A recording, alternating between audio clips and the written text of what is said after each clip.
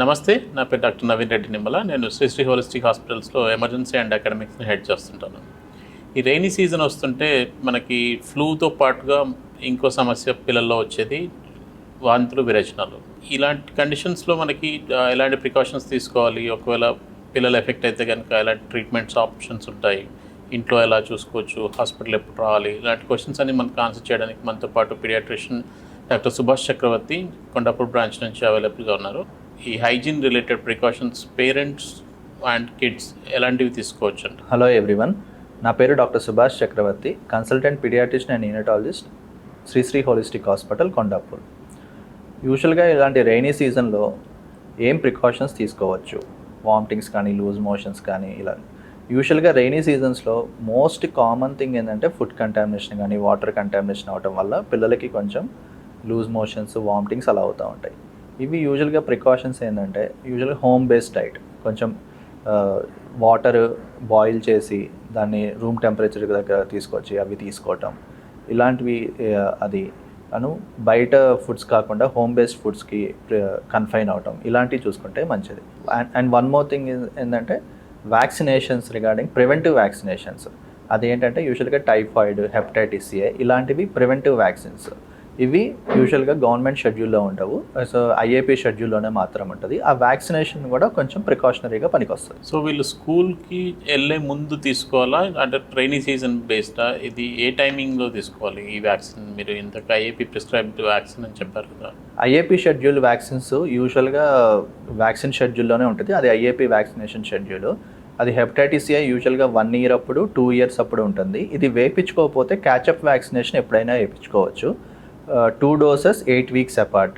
Typhoid వచ్చేసి single dose ఎప్పుడైనా తీసుకోవచ్చు. సో ఇన్ కేస్ వీళ్ళు ఈ వ్యాక్సిన్ తీసుకోవడం లేట్ అయిపోయింది లేదా కుదరలేదు, షెడ్యూల్లో లేదు కదా మాకు అని చెప్పి తీసుకోకపోతే ఎఫెక్ట్ అయిన తర్వాత వాళ్ళు హోమ్ బేస్డ్ రెమెడీస్ ట్రై చేస్తుంటారు ఫస్ట్ పేరెంట్స్ అందరు కూడా.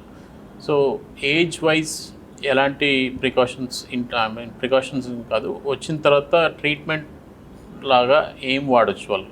యూజువల్గా ఇలా లూజ్ మోషన్స్ అలా ఎఫెక్ట్ అయినప్పుడు లెస్ దాన్ 6 months వచ్చేసి మనం మాట్లాడుకునేటట్టయితే కనుక లెస్ దాన్ 6 months పైన ఎట్లా 6 months to 2 years కానీ అబౌవ్ 2 years కానీ ఎట్లా ఉంటుంది. లెస్ దాన్ 6 months ప్రిడామినెంట్గా వాళ్ళు బ్రెస్ట్ ఫీడ్ మీదే ఉంటారు, అంటే ఓన్లీ మదర్ మిల్క్ మీదే ఉంటారు. యూజువల్గా అలా ప్రిడామినెంట్గా ఓన్లీ మదర్ మిల్క్ మీద ఉన్నప్పుడు వాళ్ళకి కంటామినెంట్ డయేరియా యూజువల్గా తక్కువ. వాళ్ళకి ఏంటంటే లాక్టోజ్ ఇంటాలరెన్స్ వల్ల డయేరియా కానీ అలా ఉంటుంది, అది separate entity. 6 months to 2 years ఉన్నప్పుడు యూజువల్గా మోషన్స్ కానీ వామిటింగ్స్ కానీ ఇలా అయినప్పుడు అది మోస్ట్లీ ఇన్ఫెక్టివ్ డయేరియానా లేకపోతే మిల్క్ ప్రోటీన్ ఇండ్యూస్ అలర్జీ డయేరియానా చూసుకోవాలి. యూజువల్గా ఇన్ఫెక్టివ్ డయేరియా అంటే చాలా రీజన్స్ ఉంటుంది, వైరల్ కావచ్చు, బ్యాక్టీరియల్ కావచ్చు, పారాసైట్ కావచ్చు, కానీ ప్రిడామినెంట్గా ఎక్కువ వైరలే ఉంటుంది. సో ఇలా ఉన్నప్పుడు ఫస్ట్ ఏంటంటే యూజువల్గా చాలామందిలో ఉన్న మిస్ బిలీఫ్ ఏంటంటే వాళ్ళు మోషన్స్ కానీ వామిటింగ్స్ కానీ అవుతున్నప్పుడు ఎక్కువ వాటర్ కానీ లేదా నార్మల్ వాళ్ళు తీసుకునేది కూడా ఇవ్వరు. సో అది కాదు, యూజువల్గా వాళ్ళని వెల్ హైడ్రేట్ చేయాలి. అంటే పీడియాట్రిక్ ఓఆర్ఎస్ అనే సాచెట్స్ ఉంటాయి, దాని వెనకాల ప్రిస్క్రైబ్గా ఉంటుంది, 200 ml వాటర్లో కలిపి ఇస్తూ ఉండటం. ఓఆర్ఎస్ఎల్ అని మార్కెట్లో ఉంటుంది, అది యాక్చువల్ ఓఆర్ఎస్ కాదు. సో అలా ఇచ్చి అప్పుడప్పుడు అది ఇస్తూ ఉండాలి అని. నెక్స్ట్ మిల్క్ కూడా ఇవ్వచ్చు. కొంతమందికి మిల్క్ ఇస్తున్నప్పుడు ఇంకా ఎక్కువ లూజ్ మోషన్స్ ఉంటుంది, అది ఎందుకంటే లాక్టోజ్ ఇంటాలరెన్స్ వల్ల. అప్పుడు లాక్టోజ్ ఫ్రీ ఫామ్లో ఉంటుంది మదర్ మిల్క్ కొన్ని రోజులు ఆపుకొని దాని తర్వాత అప్పుడు అది ఉంటుంది. సో ఒకవేళ ఇన్ఫెక్టివ్ స్టూల్లో ఎగ్జామినేషన్లో ఏమైనా పస్ సెల్స్ కానీ అలా ఉంటే కనుక అప్పుడు ప్రిస్క్రైబ్డ్ యాంటీబయాటిక్ తీసుకుంటే సరిపోతుంది. సో ఏజ్ని బట్టి మనం ఎలా మేనేజ్ చేయాలన్నది చెప్పారు. సో 6 months బిలో అయితే మదర్ మిల్క్ స్టిక్ అయిపోవచ్చు, మిగతా వాళ్ళకి అయితే కనుక ఇంట్లో మీరు ఓఆర్ఎస్ సాచెట్స్ అవి. సో ఓఆర్ఎస్ 2 రకాలుగా ఉంటుంది కదా, కొన్ని ప్రీమేడ్ కార్టన్స్ లాగా ఉంటాయి స్ట్రాతో తీసుకున్నట్టు, ఇంకొన్ని మనం పౌడర్తో కన్స్టిట్యూట్ చేసేసి తాగొచ్చు. సో రెండిట్లో ఏది సజెస్ట్ చేస్తారు, అండ్ మిక్స్ చేసిన తర్వాత ఎంతలోపు కన్జ్యూమ్ చేసుకోవాలి? Very good question sir.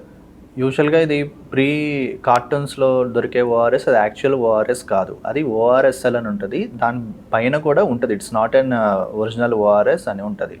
Just ఏంటంటే ఎనర్జీ డ్రింక్, అందుట్లో సొల్యూట్ లోడ్ ఎక్కువ ఉంటుంది. అదే కాకుండా మనకేంటంటే చిన్న చిన్న ప్యాకెట్స్లో ఉంటుంది, అది actual ORS. So paediatric ORS sachets వేరుగా ఉంటాయి. ఇంకొకటి ఉంటుంది అడల్ట్ ఓఆర్ఎస్ అని. ఈ చిన్నపిల్లలది అయితే కనుక 200 ml వాటర్లో కలిపి డైల్యూట్ చేసి ఇస్తాము. అడల్ట్ది అయితే కనుక 1 లీటర్ వాటర్లో కలుపుకొని మనం తీసుకుంటాము. ఈ కార్టూన్స్లో దొరికే ఓఆర్ఎస్ అందులో సొల్యూట్ లోడ్ ఎక్కువ ఉంటుంది. అది తీసుకున్నప్పుడు ఇంకా ఎక్కువ లూజ్ మోషన్స్ ఉంటుంది. సెక్రిటరీ డైరియా కానీ ఆస్మాటిక్ డైరియా కానీ ఇంకా ఎక్కువ ఉంటుంది.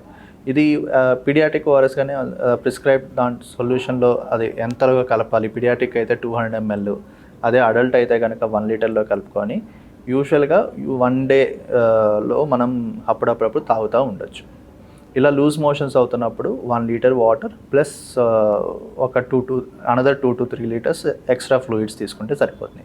అందులో ఓఆర్ఎస్ ప్లస్ ఇంకేమన్నా కోకోనట్ వాటర్ కానీ బటర్ మిల్క్ కానీ ఇవి యాడ్ చేసుకోవచ్చు. సో ఓఆర్ఎస్లలో మీకు పౌడర్ ఫామ్ రీకన్స్టిట్యూట్ చేసుకుంటేనే బెటర్ అంటారు. సో వీళ్ళు ఇది తీసుకుంటూ ఉంటారు అండ్ కొద్దిమందికి అప్పుడు ఫీవర్ రావడం కానీ లేదా ఫౌల్ స్మెల్లింగ్ అంటే వాళ్ళ మోషన్ కానీ వామిటింగ్ కానీ స్మెల్ లేదా కన్సిస్టెన్సీని బట్టి వాళ్ళు హాస్పిటల్ ఎప్పుడు చూపించుకోవాలి అటు పీడియాట్రిషియన్కి అండ్ ఎప్పుడు అడ్మిట్ అవ్వాల్సి ఉంటుంది. యూజువల్గా ఇలా లూజ్ మోషన్స్ ఇలా అయినప్పుడు ఫీవర్ కానీ లేదా మోషన్లో ఏమన్నా బ్లడ్ పడుతున్నా ఆర్ డీహైడ్రేషన్ సైన్స్ అంటే అది mild moderate severe dehydration signs మనం క్లాసిఫై చేస్తాము. డీహైడ్రేషన్ సైన్స్ అంటే ఫర్ ఎగ్జాంపుల్ సంకెన్ ఐస్ కానీ డ్రై లిప్స్ కానీ డ్రై టంగ్ కానీ యూరిన్ తక్కువ వెళ్తున్నా సరే, so skin turgor elasticity loss అవుతున్నా ఇలాంటివి ఏమైనా ఉంటే కనుక సివియర్ డీహైడ్రేషన్ సైన్స్. ఇలాంటివి ఉన్నప్పుడు సివియర్ డీహైడ్రేషన్ సైన్స్ ఉన్నప్పుడు మనం తొందరగా హాస్పిటల్ని అప్రోచ్ అవ్వటం బెటర్. అలా కాకుండా కొంచెం 100 మందికి వాటర్ క్రేవింగ్ ఉంటుంది, అది కొంచెం మోడరేట్ డీహైడ్రేషన్ మైల్డ్ డీహైడ్రేషన్లో ఉంటుంది.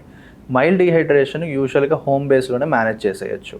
Fever with loose stools with bloody diarrhoea, ఇది యూజువల్గా ఇన్ఫెక్టివ్ డయేరియా బార్ డిసెంట్రీ అనొచ్చు. ఇలాంటప్పుడు యూజువల్గా హాస్పిటల్ కన్సల్ట్ అయ్యి ప్రిస్క్రైబ్డ్ స్టూల్ కల్చర్ చేయించుకొని యాంటీబయాటిక్స్ యూజ్ చేసుకోవటం మంచిది. ఇందాక లాక్టోజ్ ఇంటాలరెన్స్ ఉన్న బేబీస్ గురించి మాట్లాడారు. సో అది ఎంతమందిలో ఉంటుంది దాదాపుగా, ఎప్పుడు గుర్తిస్తాం అండ్ గుర్తించిన తర్వాత ఎలాంటి ప్రికాషన్స్ తీసుకోవాలి? యూజువల్గా లాక్టోజ్ ఇంటాలరెన్స్ అనేది ప్రైమరీ లాక్టోజ్ ఇంటాలరెన్స్ ఉండొచ్చు, సెకండరీ లాక్టోజ్ ఇంటాలరెన్స్ ఉండొచ్చు. ప్రైమరీ లాక్టోజ్ ఇంటాలరెన్స్ అంటే వాళ్ళకి అసలు లాక్టోజ్ మన మిల్క్లో యూజువల్గా లాక్టోజ్ అనే ఒక షుగర్ ఉంటుంది. ఆ షుగర్ అనేది వాళ్ళకి దానివల్ల అది వెళ్ళటం వల్ల వాళ్ళు అది డైజెస్ట్ చేసుకోకుండా ఇంకా ఎక్కువ లూజ్ మోషన్స్ అవుతాయి. అది ప్రైమరీ లాక్టోజ్ ఇంటాలరెన్స్ అంటే ఎందుకంటే వాళ్ళకి ఆ ఎంజైమ్ డెఫిషియన్సీ ఉంటుంది. లాక్టోజ్ అనే షుగర్ డైజెస్ట్ చేసుకునే ఎంజైమ్ డెఫిషియన్సీ ఉంటుంది. సెకండరీ లాక్టోజ్ ఇంటాలరెన్స్ ఎందుకంటే యూజువల్ లూజ్ మోషన్స్ అలా అయినప్పుడు ఆ లాక్టేజ్ ఎంజైమ్ మన ఇంటెస్టైన్స్ బ్రష్ బార్డర్ ఎపిథీలియంలో ఉంటుంది, అది it will get deficient. But after certain period of time అంటే కొన్ని రోజుల తర్వాత అది మళ్ళీ it will again regenerate. So అప్పటి వరకు ఏంటంటే ఆ లాక్టోజ్ మన ఫామ్లా కానీ మదర్స్ మిల్క్ కానీ లేదా లాక్టోజ్ కంటైనింగ్ మిల్క్ ఏమన్నా ఇచ్చినప్పుడు ఇంకా ఎక్కువ డయేరియా అవుతుంది. సో అందుకని టెంపరీగా లాక్టోజ్ ఫ్రీ ఫార్ములాస్ ఇస్తాం. ఆ తర్వాత 2 weeks తర్వాత 3 weeks తర్వాత when they become normal again we will reintroduce the feeds. This usually ఇది ఏంటంటే మనకి ఎప్పుడు primary lactose intolerance by birth తర్వాత 1 month 2 months 3 monthsలో అలా బయటపడుతుంది. సెకండరీ లాక్టోజ్ ఇంటాలరెన్స్ ఎప్పుడైనా 6 months తర్వాత నుంచి 2 years వరకు ఎప్పుడైనా బయటపడచ్చు. సో ప్రైమరీ ఇంటాలరెన్స్ ఉన్న వాళ్ళకైతే అంటే మదర్ మిల్క్ ఇచ్చిన ప్రతిసారి ఇలాంటి ఎపిసోడ్ వస్తుంది. మదర్ మిల్క్ ఇంట్రడ్యూస్ చేసిన ప్రతిసారి ఇలానే ఉంది. కొంచెం ఎక్స్ప్లోజివ్ స్టూల్స్ వస్తాయి, అంటే వెరీ లార్జ్ వాటరీ స్టూల్స్ అలా వస్తూ ఉంటాయి. సో వాళ్ళు ఎలా మేనేజ్ చేసుకోవాలి? వాళ్ళని యూజువల్గా ప్రైమరీ లాక్టోజ్ ఇంటాలరెన్స్ వాళ్ళకి లాక్టోజ్ ఫ్రీ ఫార్ములాస్ ఇస్తాము. ఒకవేళ మిల్క్ ప్రోటీన్ అలా కూడా ఏమైనా ఉంటే కనుక సోయా బేస్డ్ ఫార్ములాస్ ఉన్నాయి మార్కెట్లో, అవి ఇస్తాము. సో జనరల్లీ బిఫోర్ 6 months బయట నుంచి ఏమి ఇవ్వకూడదు అని కొన్ని చెప్తూ ఉంటారు కదా. సో యూజువల్లీ బిఫోర్ 6 months మనము యూజువల్గా రికమెండేషన్స్ ప్రకారం 6 months వరకు absolute mother feed, 6 months complete అయ్యేంత వరకు ఓన్లీ మదర్ ఫీడే ఇస్తాము. ప్రీ లాక్టియల్ ఫీడ్స్ అంటే ఏమైనా హనీ కానీ ఇలా కొంతమంది వాళ్ళ ప్రాక్టీసెస్ ప్రకారం వేరే వేరే ఫీడ్స్ ఇస్తూ ఉంటారు. సో అవి ఏమీ ఇవ్వకుండా only absolute breast feeding till 6 months అని చెప్తాము. 6 months తర్వాత వీనింగ్ స్టార్ట్ చేస్తాము. సో ఆ తర్వాత మనం వీనింగ్ ఫుడ్స్ అవి స్టార్ట్ చేస్తాం. సో హనీ అనేది absolute no before 6 months. Before 6 months అని హనీ. సో ఇందాక వ్యాక్సినేషన్ గురించి మాట్లాడారు అండ్ దాంట్లో టైఫాయిడ్ అండ్ హెపటైటిస్ గురించి. సో ఆ వ్యాక్సిన్స్ అనేవి ఒకవేళ వాళ్ళు మిస్ అయి ఉంటే కనుక ఇప్పుడు తీసుకోవాలనుకుంటుంటే ఎప్పటి వరకు వాళ్ళకి ఆ టైం అనేది ఉంటుంది? Typhoid and hepatitis A vaccines యూజువల్గా IAP Indian academy of paediatrics vaccination షెడ్యూల్లో ఇంక్లూడ్ చేసినాయి. నేషనల్ ఇమ్యునేషన్ షెడ్యూల్లో అవి ఇంక్లూడ్ చేయలేదు. Typhoid vaccination and hepatitis A ఒకవేళ మిస్ అయితే కనుక అది క్యాచప్ వ్యాక్సినేషన్ షెడ్యూల్ అంటారు. అది ఏ ఏజ్లో అయినా వేయించుకోవచ్చు. ఒకవేళ వేయించుకుంటే కనుక typhoid is a conjugate vaccine ఉంటుంది, పాలీసాక్రైడ్ వ్యాక్సిన్ ఉంటుంది. కాంజుగేట్ వ్యాక్సిన్ సింగిల్ డోస్ సరిపోతుంది. హెపటైటిస్ ఏ అనేవి 2 డోసెస్ వేయించుకోవాలి 8 వీక్స్ అపార్ట్. ఫస్ట్ డోస్ ఒకవేళ ఈ రోజు వేయించుకుంటే ఒక 2 మంత్స్ తర్వాత సెకండ్ డోస్ వేయించుకుంటే సరిపోతుంది. సో ఇందాక ప్రెడామినెంట్ కేసెస్ అంటే ఎక్కువ మట్టుకి లూజ్ స్టూల్స్ కారణం వైరల్ అని చెప్పారు. అవును సార్. సో అలాంటప్పుడు ఈ యాంటీబయాటిక్స్ రోల్ ఏముంటుంది?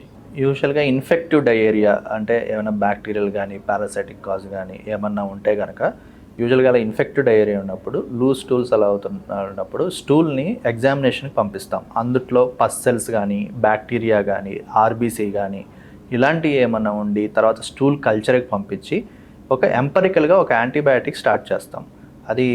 అది స్టార్ట్ చేసిన తర్వాత స్టూల్ కల్చర్ వచ్చిన తర్వాత దాని పరంగా అడ్జస్ట్ చేస్తాం. ప్రిడామినెంట్గా ఏదైతే గ్రామ్ నెగిటివే ఉంటుంది యూజువల్గా, అవి కాజ్ చేసే ఆర్గానిజమ్స్ అవన్నీ. సో అది సరిపోతుంది. ఒకవేళ బాగా డీహైడ్రేషన్ సైన్స్ ఉండి సివియర్ డయేరియా ఉండి పల్స్ అంటే షాక్ అంటే ఒంట్లో ఉన్న వాటర్ అంతా వెళ్ళిపోయి షాక్లోకి వెళ్ళిపోతున్నప్పుడు హాస్పిటల్లో అడ్మిట్ అయ్యి ivy fluids with ivy antibiotics తీసుకోవటం మంచిది. సో ఇన్ఫెక్టివ్ కాజ్ ఉండి బ్యాక్టీరియా సస్పెక్ట్ చేస్తే మాత్రమే యాంటీబయాటిక్స్ అనేది తీసుకోవాలి. సో అది లెట్ ద డాక్టర్ డిసైడ్ అంటే పీడియాట్రిషియన్ కన్సల్ట్ చేసిన తర్వాత మాత్రమే తీసుకుంటే బెటర్. సో ఈ లూజ్ మోషన్స్కి ఇన్ఫెక్టివ్ కాజెస్ కాకుండా ఇంకేమైనా కాజెస్ ఉంటాయా? యూజువల్గా ఈ లూజ్ మోషన్స్కి ఇన్ఫెక్టివ్ కాజెస్ కాకుండా కొంతమంది ఇన్ఫ్లమేటరీ కాజెస్ కూడా ఉంటాయి చాలా వరకు. అవేంటంటే క్రానిక్ డిసీజులు లైక్ ఇన్ఫ్లమేటరీ బబల్ డిసీజ్ కానీ వీళ్ళల్లో వన్ ఆఫ్ ద సైన్ అది యూజువల్గా లూజ్ మోషన్స్ అలా అవుతూ ఉంటాయి. ఇంకోటి సిలియాక్ డిసీజ్ కానీ కొంతమందికి గ్లూటెన్ సెన్సిటివ్ డిజార్డర్స్ ఉంటాయి, ఈ అలర్జిక్ డిజార్డర్స్, వాళ్ళల్లో కూడా ఈ లూజ్ మోషన్స్ అనేవి ప్రిడామినెంట్గా ఉంటుంది. సో ఇవి లూజ్ మోషన్స్ అవి కాకుండా వేరే సైన్స్ అండ్ సిమ్టమ్స్ కూడా ఉంటాయి. వెయిట్ లాస్ కానీ స్కిన్ మీద లీజన్స్ కానీ తర్వాత ఇలాంటివి ఏదో ఉంటాయి. సో వాడిని చూసుకొని మనం ఆ కాజెస్ రూల్ అవుట్ చేసుకోవటం బెటర్. కొంతమంది పిల్లలకి ఎప్పుడు సిక్నెస్ వచ్చినా అంటే ఫీవర్ కానీ లూజ్ మోషన్స్ ఇలాంటివి వచ్చినప్పుడు వెంటనే బరువు తగ్గిపోతారు. బట్ మళ్ళీ ఆ బరువు పికప్ అవ్వడానికి చాలా టైం పడుతుంటుంది. సో వాళ్ళకి ఏమైనా టిప్స్ చెప్తారా ఎలా మేనేజ్ చేసుకోవచ్చు అని? యూజువల్గా లూజ్ మోషన్స్ అయినప్పుడు ట్రాన్సియంట్గా బరువు అనేది తగ్గుతూ ఉంటారు, కానీ గ్రాస్గా బరువు అయితే తగ్గరు. సో యూజువల్గా ఒక 1 వీక్ 2 వీక్స్ తర్వాత వాళ్ళు ప్రోటీన్ డైట్ అది బాగా తీసుకుంటే నార్మల్ వెయిట్కి అలా వచ్చేస్తారు. సో కానీ కంటిన్యూస్గా వెయిట్ లాస్ అంటే గ్రోత్ చార్ట్లో మనం ప్లాట్ చేసుకుంటూ ఉంటుంటే ఎప్పుడు గ్రోత్ చార్ట్లో కర్వ్ అనేది ఇట్లా స్ట్రైట్గా ఉండాలి. తను చిన్నప్పటి నుంచి మనం గ్రోత్ చార్ట్ వ్యాక్సినేషన్కి వచ్చినప్పుడు గ్రోత్ చార్ట్ ప్లాట్ చేస్తాము.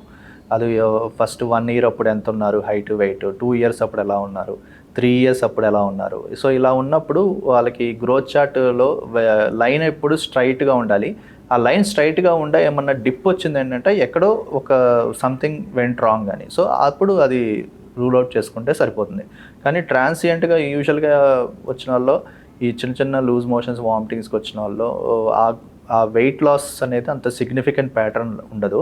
కానీ సిగ్నిఫికెంట్ ప్యాటర్న్ వచ్చినప్పుడు ఇది కాకుండా వేరే ఏమన్నా ఉన్నాయేమో చూసుకుంటాం బెటర్. సో ఇందాక మీరు ఫ్రూట్ జ్యూసెస్ అట్లాంటివి బయట అవాయిడ్ చేయాలని చెప్పారు.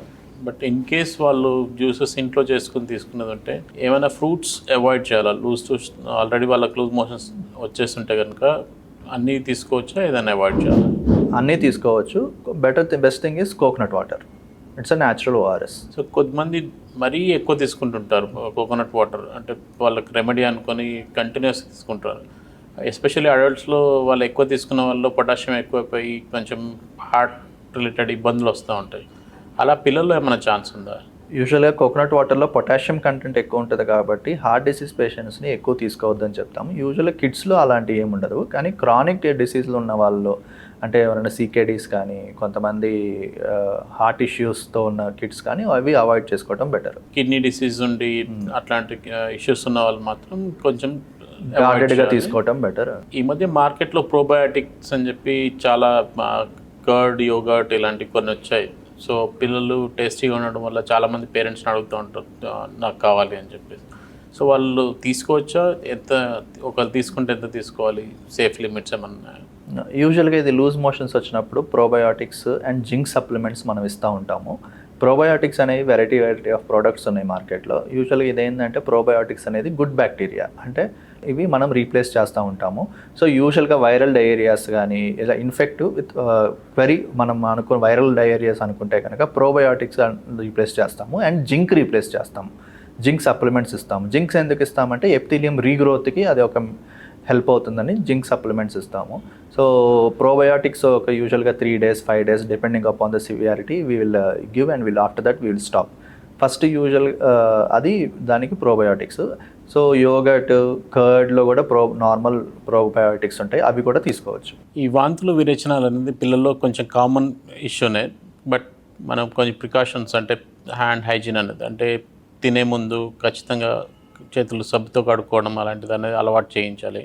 కొంతమంది పిల్లలు ఏదో మీరు చేయి కడుక్కోమంటే వెంటనే వెళ్ళి జస్ట్ వాటర్ కింద అలా తడిపేసి వచ్చేస్తుంటారు.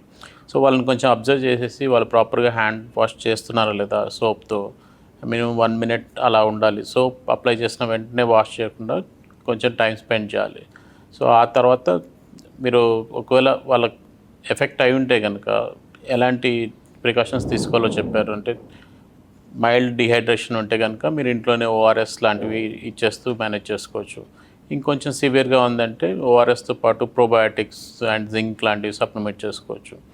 ఇంకా అంతకు మించి ఉందంటే కనుక మీరు పీడియాట్రిషియన్ కన్సల్ట్ అయిపోయి హాస్పిటల్లో అడ్మిట్ అవ్వాల్సిన పరిస్థితి కూడా ఉండొచ్చు. డిహైడ్రేషన్ని కొంచెం సీరియస్గానే తీసుకోవాలి. దానివల్ల మిగతా బాడీలో ఉన్న సిస్టమ్స్ అన్నీ కూడా బాగా ఎఫెక్ట్ అవుతుంటాయి. సో ఇలాంటి ప్రికాషన్స్ అండ్ మేనేజ్మెంట్ అనేది చేసుకుంటుంటే కనుక సేఫ్గా ఉండగలుగుతాం. అండ్ ఈ విషయం గురించి మాతో టైం స్పెండ్ చేసి మన క్వశ్చన్స్ అన్ని ఆన్సర్ చేసినందుకు డాక్టర్ సుభాష్ గారికి థ్యాంక్ యూ.